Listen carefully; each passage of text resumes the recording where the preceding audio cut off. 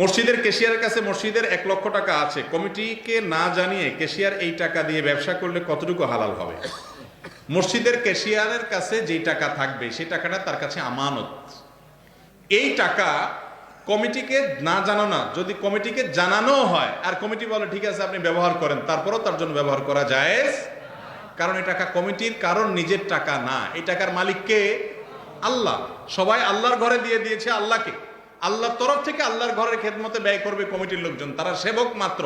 এমনকি তারা নিজের পকেটের টাকাও যদি দান করে, দান করার পরে ওইটার ওনার না, ওইটার মালিক কে? এখন আল্লাহ তাআলা। এই আল্লাহর টাকাটা তিনি কাউকে দেওয়ার এখতিয়ার তার। অনেক ক্যাশিয়াররা আছেন, অনেক কমিটির লোকেরা আছেন, তারা মনে করেন টাকাটাতে পড়েই আছে, আমি একটু ব্যবহার করি। না ভাই, এটা আগুন। ইন্নাল্লাহা ইয়া'মুরুকুম আন তু'আদ্দুল আমানাতি ইলা আহলিহা, আল্লাহ নির্দেশ করেছেন আমানত যেন রক্ষা করে। লা দীনা লিমান লা আমানাতা লাহ, ওই ব্যক্তির কোনো ধর্ম নাই, ঈমান নাই যে ব্যক্তির আমানতদারিতা নাই।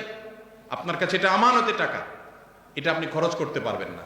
এটা যেভাবে আছে সেভাবে রাখবেন, প্রয়োজনে শুধুমাত্র ওই মসজিদের কাজে আপনি, কমিটি যখন সিদ্ধান্ত নেবে সেই অনুযায়ী খরচ করবেন ভালো কাজে এবং মসজিদের কল্যাণে।